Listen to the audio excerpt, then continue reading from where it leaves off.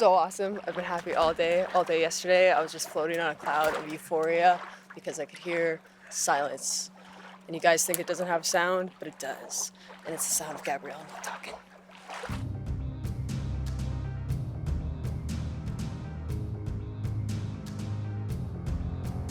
Six strangers must return to the wilderness, paddling the old trade routes of their ancestors in northern Ontario, surviving for 25 days with no modern technology, learning the old ways from the elders, to reconnect to their past and find what truly matters.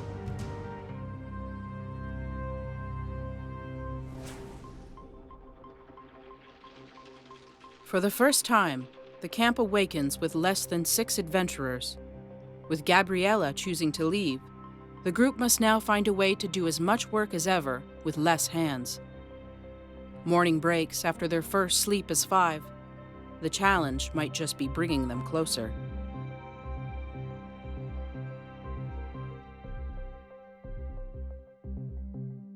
Our fire pit's only this big, but the logs were this big. Yeah.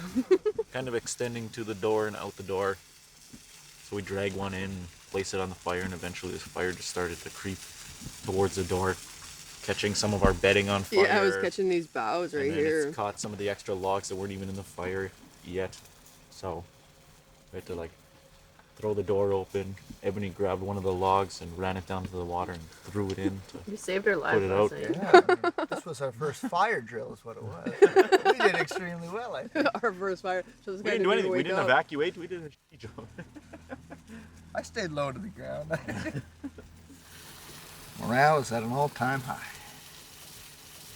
That's so good. For now. For now. Until we have the duties of 6 people.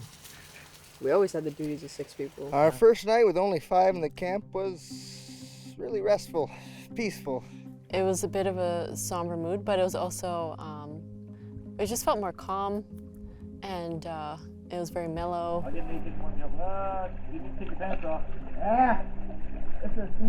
How's your feet, Brendan? Scale of 1 to 10. It was this cold. This cold. Which I did not miss the extra body heat. Because, I mean, the heat was nice, but she used me as a jungle gym pretty much. Woke up with arms and limbs attached weren't my own, you know. The ceremony closed it really nicely, the goodbye ceremony with Gabriella, so it just felt like, okay, it's done, it's over, we can move on. We had a nice little feast that brought us together. We had ate a bunch of our smoked fish. It was very delicious, and yeah, we just, had a good time, told stories, told jokes. It was good. Repeatedly, it was said that the spirits were higher. There was no negative energy to begin with. I think it was the first time that we heard the birds chirping in the morning, because it was just a little bit mellow, calm, relaxed. It was a good feel. And then even packing up camp was a really good feel this morning. So we can have some harder wood that burns a little bit slower, maybe a little bit warmer. So you don't have to wake up every 25 minutes to stoke the fire. Are you eating a mooseberry or a rose hip? Are you eating a mooseberry or a rose hip? Mooseberry. Okay. It's bitter. Sour.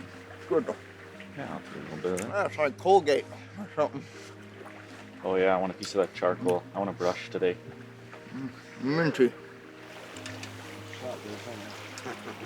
I got a couple furs, socks, a clean pair of underwear, and my moccasins that I'll probably take out because we're gonna go in the canoe. And I don't want to get my shoes wet.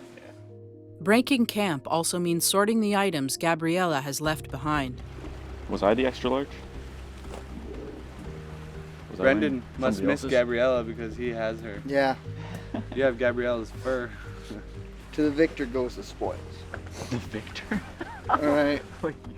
On the mainland, Michela's checking of the snares has been met with disappointment when she finds a rabbit has broken out of the twine. She returns to see camp already broken down. Just pick up a piece of coal. Michela, you got any rabbits in there? No rabbit. None? But a rabbit stole my trap. Yeah, broke it. It broke off the string. So close. And another one was disturbed, like something went by it again, so. No success. No success today with the fishing net. But I feel like it could have been put in a better spot too. It wasn't much of a trap. So it was a pretty good, like a really clear game trail. So we have to look for those clear game trails. Before we start trampling through the bush. Yeah. Ready to leave Skull Island, the adventurers are embarking on their longest paddle of the journey so far, taking them through rapids, narrow waterways, across the dangerous open lake, and into the secluded area of Medicine Beach. For the first time ever, one of them will have to paddle alone, covering the 7.5 kilometers, with waves crashing higher than the gunnels, will be the group's most difficult challenge yet. Having to rely on each other more than ever before, the challenges are binding the group through their shared passion and friendship. Breaking out of the narrow waterways from Skull Island, they are no longer protected from the strong winds on the exposed lake. The change in conditions makes Michela's solo efforts nearly impossible. Even for the others, the strong currents and choppy waves are proving dangerous. Facing their most brutal paddle of the journey, Michela's efforts to make it on her own are getting harder. Despite being the strongest paddler, none of the adventurers have experience in getting birch bark canoes across these kinds of rugged waters. How you doing, Michela? A little rough. Yeah? Do you want to lift? Yeah, I'll take a lift. Okay. I'm getting tossed around by these waves. Yeah, for sure. I'll just keep the boat steady and you come over to us so I don't knock you too hard. One mistake, and they could not only tip, but possibly lose the canoe forever. Michela is now down to canoeing solo, which she's comfortable with, but today with the wind was just a lot for her to handle. And yeah, it's tough to watch your teammates go through that, because when you're on the water, there's nothing you can do. We can't tow them, we can't do anything for them. It's just, they have to just go about it, which sucks for us, because we felt like we wanted to do something, but at that point in the middle of the water, we just can't. We're over a quarter full and taking on more. We gotta counter the wake. It's unreasonable. Well, you don't want to get in there because you're gonna trash your boat on the rocks. That was rough. Whoa, those waves were just pushing me and pushing me. It's definitely a lot harder when you're on your own in this boat.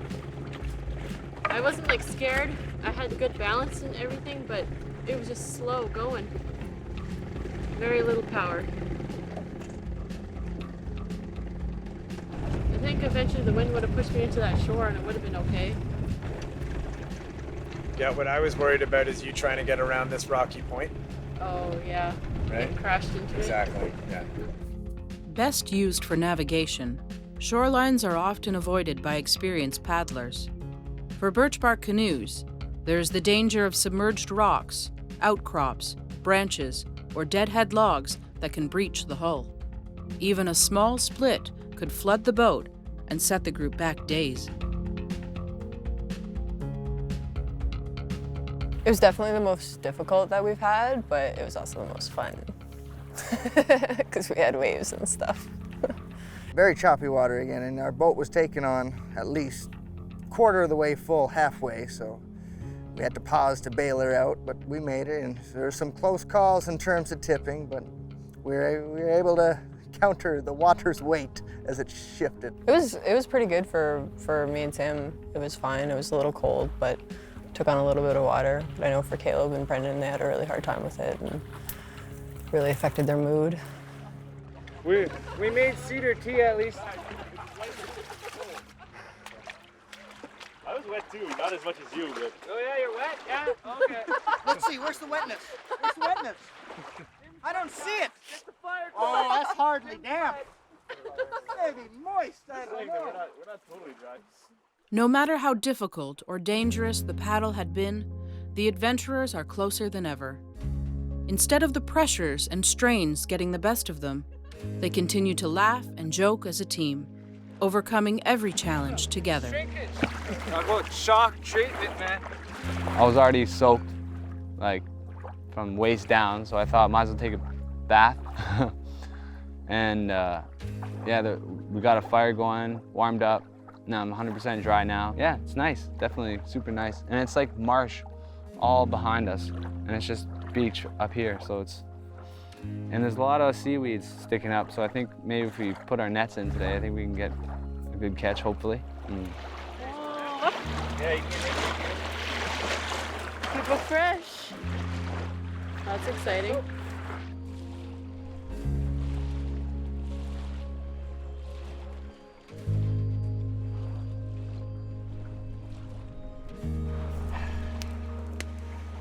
We did it! Oh. And the smoke's in my eyes. Like, it just woke me right up. Better than Red Bull. Better than Red Bull.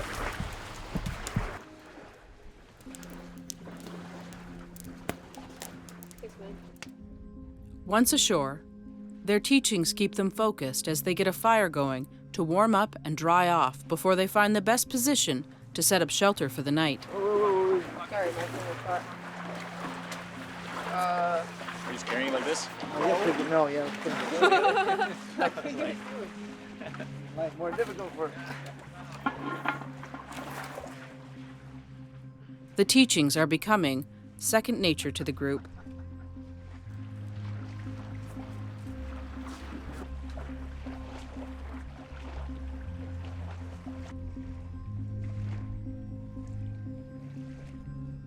As they set up after a long day, they are surprised to find an elder has visited them on the beach. Ani, sasuki mo to kusnam. Sasuk na ito kapit ko snake mo ne. Sasuki sa to na wana kasi agwin bike ng kunaksik. Sumi ko etstes ko din nem gibet ko snake. Kakano mo nem des kenyo aban sa bao din na kya. Migen you din na kya siya. We should again sign. Kan saka de semu de. So kuno mo ngokmandam skik kigeni kenma. Where they had once been learning the physical needs of survival, they are now excited to find out what medicines and gifts the land has surrounded them with. More importantly, they are beginning to see that the teachings are not just about the health of their bodies, but also their spirits. Out of respect to the Creator and the land, Elder Pauline begins with a smudge ceremony. She prays to the four directions as she prepares for her first teaching. Respected throughout communities, she is often sought for her knowledge of the land and her lifetime of experience.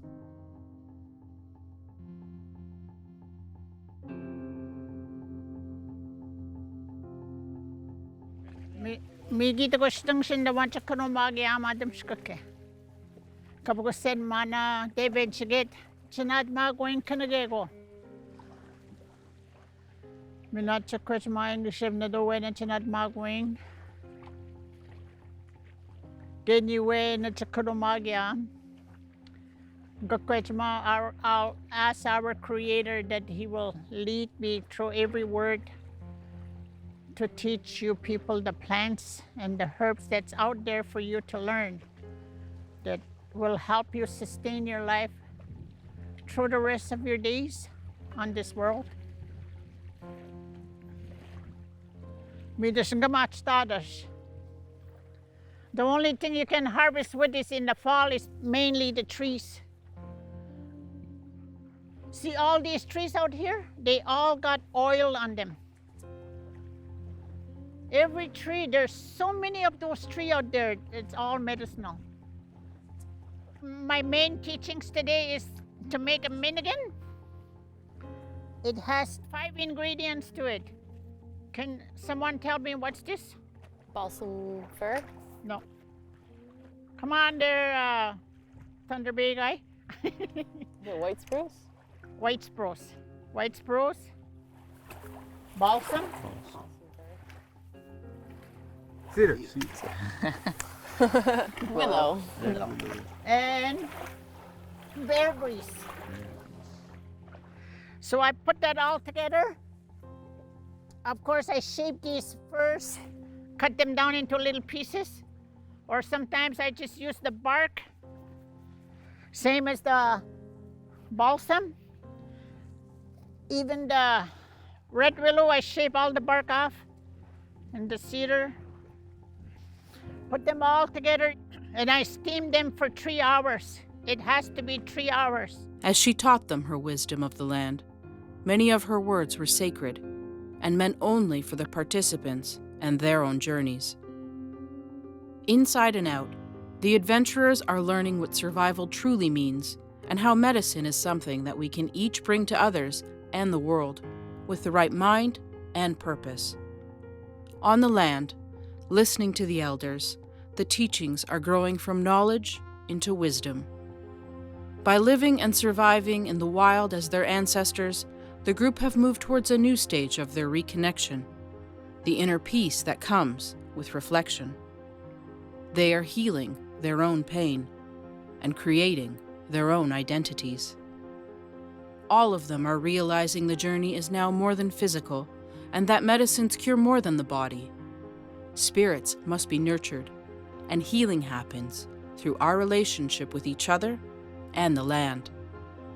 At last they see that the true lesson is that they must share what they learn and that their healing must become the medicine they share with others. As Pauline taught them her wisdom of the land, her sacred words had a profound influence none of them had expected when the day began.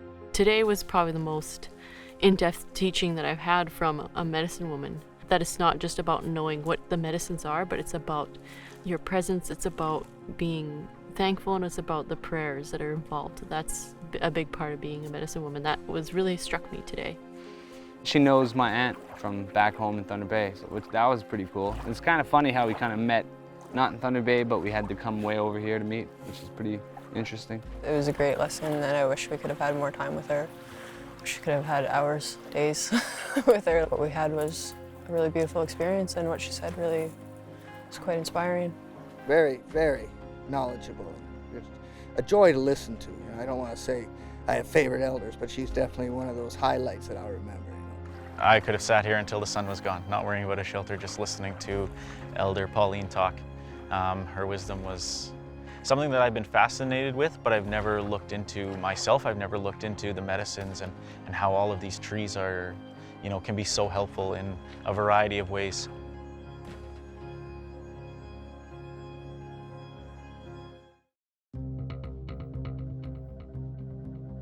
Returning to camp with gifts of traditional medicines and tools, the adventurers are looking at the world and their journey with new eyes. It's not just about knowing what the medicines are, but it's about your presence, it's about being thankful, and it's about the prayers that are involved. That's a big part of being a medicine woman. That was really struck me today. And she really reminded us to be thankful to the Creator, and just to be thankful every single day. And I was kind of feeling very emotional while I was sitting there, and I was just like, yeah, that's so true. Like, I need to do that more in my life. Like, wake up in the morning and just be thankful, and also like even just doing the offerings and the prayers for everything that you do. I try to do that as much as possible, but it's always good to be reminded to do it even more often. And she's talking about, the trees were given to us, the water, the earth was given to us from the Creator, and you have to thank the Creator for that. For Ebony, the return of Midigan has been a powerful reminder of her personal journey and the change returning to the land has brought to her life. It was a medicine my mom used a lot, and it was a medicine that she requested that I use in her last rites, and it brought a lot of emotions back to me all at once that I thought were kind of buried. When I decided to volunteer, it was kind of something my mom had pressured me into, saying like, this is gonna be good for you and you're gonna learn so much. And I was like, hey, I'll go out and I'll learn some stuff and it'll be great. You know what I mean? And then I went through that experience where she passed away, and even in thinking about the medicines, I was like, well, those traditional medicines didn't save her. The Creator has a plan for all of us. And it was a lesson for me. And it was a medicine for me because it changed me. It changed the way I look at the world. It changed the way I look at other people. and my time, and just the way I'm going to learn lessons from now on, because it came full circle in the way that she's getting exactly what she wanted me to learn through just sending me off to do this, you know what I mean? And then you realize that's something that's a learning process for yourself too, that these are people that I'm gonna learn from, and that maybe I'll teach something too, like, I don't know what, but, but I'm definitely learning a lot from these people. And just realizing that in the way that Pauline was talking, they have their own medicines. Every one of them has their own medicine. And even Gabrielle, she had her medicine. And it's just about how you utilize it. It's about recognizing it, and you have to stand up and answer the call, basically.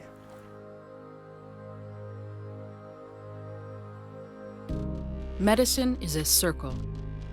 By healing ourselves, we become the healers. We must share to survive, unite to thrive. On the land, our bodies and spirits can grow strong together. Every choice shapes our legacy.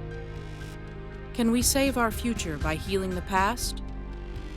Are we brave enough for a new beginning?